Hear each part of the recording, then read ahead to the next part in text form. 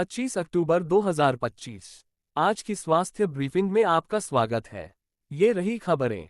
सबसे पहले, कृत्रिम बुद्धिमत्ता नैदानिक परीक्षणों में बदलाव ला रही है।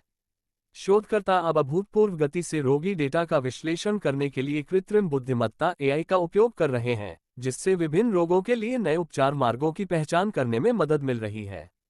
इससे न केवल अनुसंधान में तेजी आ रही है, बल्कि नैदानिक परीक्षण पहले से कहीं अधिक व्यक्तिगत और कुशल भी हो रहे हैं। नीतिगत समाचारों में टेलीहेल्थ का विस्तार लगातार गति पकड़ रहा है। रिपोर्टें बताती हैं कि दूरस्थ रोगी निगरानी और ऑनलाइन परामर्श केवल एक अस्थायी समाधान नहीं, बल्कि स्वास्थ्य सेवा में एक स्थायी व्यवस्था है। इससे ग्रामीण क्षेत्रों और सीमित गतिशीलता वाले रोगियों के लिए बेहतर पहुंच उपलब्ध होती है, जिससे ये साबित होता है कि गुणवत्तापूर्ण देखभाल के लिए हमेशा डॉक्टर के पास जाने की आवश्यकता नहीं होती है। अनुसंधान के मोर्चे पर वैज्ञानिक आनुवंशिक चिकित्सा की सीमाओं को आगे बढ़ा रहे हैं। जीन संपादन उपकरण क्रिस्पर तकनीक में हालिया प्रगति डीएनए को सटीक रूप से संपादित करके दुर्लभ आनुवंशिक विकारों के इलाज में आशाजनक परिणाम दिखा रही है। ये केवल सिद्धांत नहीं है, हम उन स्थितियों के संभावित इलाज की दिशा में ठोस प्रगति देख रहे हैं जिनका पहले इलाज संभव नहीं था। सैन्य निद्रा पद्धति क्या है? सैन्य निद्रा विधि एक संरचित विश्राम पद्धति है जिसमें गहरी सांस लेना और प्रगतिशील मांसपेशी विश्राम शामिल है। इसमें जीभ, पलकें, माथे को आराम देना और चेहरे को कोमल बनाना शामिल है। इस विधि में सांस के साथ पेट को ऊपर नीचे करना, छाती और धड़ को आराम देना भी शामिल है। इसकी उत्पत्ति अक्सर सैन्य पायलटों या सैनिकों से जुड़ी होती है जिन्हें अत्यधिक तनाव में सोना पड़ता था। कमर की परिधि समान बीएमआई वाले व्यक्तियों में अंतर करने के लिए एक महत्वपूर्ण पैरामीटर है। आदर्श रूप से महिलाओं की कमर की परिधि 35 इंच से कम और पुरुषों की 40 इंच से कम होनी चाहिए।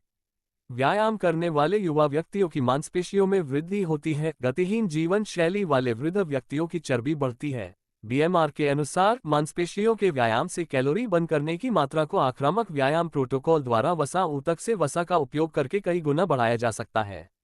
2 यादृच्छिक परीक्षणों से पता चला है कि एक इनहेल्ड कॉर्टिकोस्टेरॉइड लंबे समय तक काम करने वाले मस्कैरिनिक प्रतिपक्षी और लंबे समय तक काम करने वाले बीटा एगोनिस्ट ICSLAMALABA को मिलाकर बनाए गए एक निश्चित खुराक वाले इन्हेलर ने फेफड़ों की कार्यक्षमता में सुधार किया और खराब नियंत्रित अस्थमा में ICS लाबा इन्हेलर की तुलना में तीव्रता को कम किया।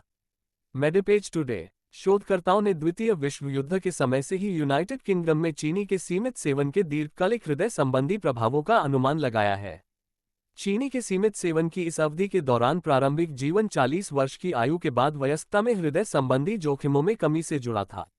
जिन लोगों ने गर्भधारण के बाद के पहले 1000 दिन चीनी के सीमित सेवन के तहत बिताए, उनमें हृदय रोग के जोखिम में 20% और मायोकार्डियल रोधगलन के जोखिम में 25% की कमी देखी गई। मेडिपेज टुडे। अंत में, ऑनलाइन स्वास्थ्य संबंधी गलत सूचनाओं के प्रसार पर एक महत्वपूर्ण अनुस्मारक। एक नए अध्ययन में स्वास्थ्य संबंधी सलाह के लिए सोशल मीडिया, खासकर टिकटॉक जैसे प्लेटफॉर्म पर निर्भर रहने के खतरे पर प्रकाश डाला गया है। विशेषज्ञ दर्शकों से आग्रह करते हैं कि गंभीर स्वास्थ्य समस्याओं के लिए हमेशा डॉक्टर से सलाह लें और विश्वसनीय स्रोतों से ही जानकारी की पुष्टि करें। आज की आपकी चिकित्सा संबंधी खबरें यही हैं। जानकारी प्राप्त करते रहें और स्वस्थ रहें। अधिक अपडेट के लिए सब्सक्राइब बटन जरूर दबाएं। अस्वीकरण, एकत्रित समाचार। कृपया उपयोग करने से पहले तथ्यों की पुष्टि कर लें।